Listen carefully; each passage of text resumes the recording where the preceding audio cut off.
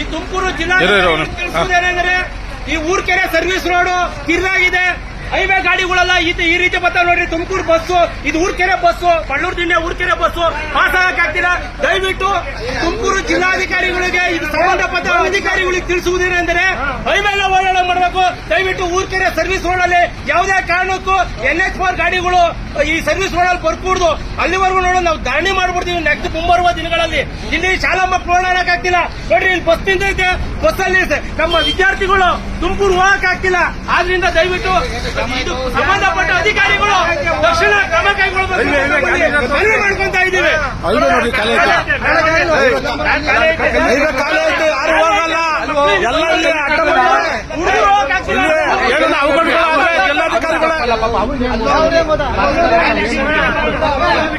ಈಗ ಬಾ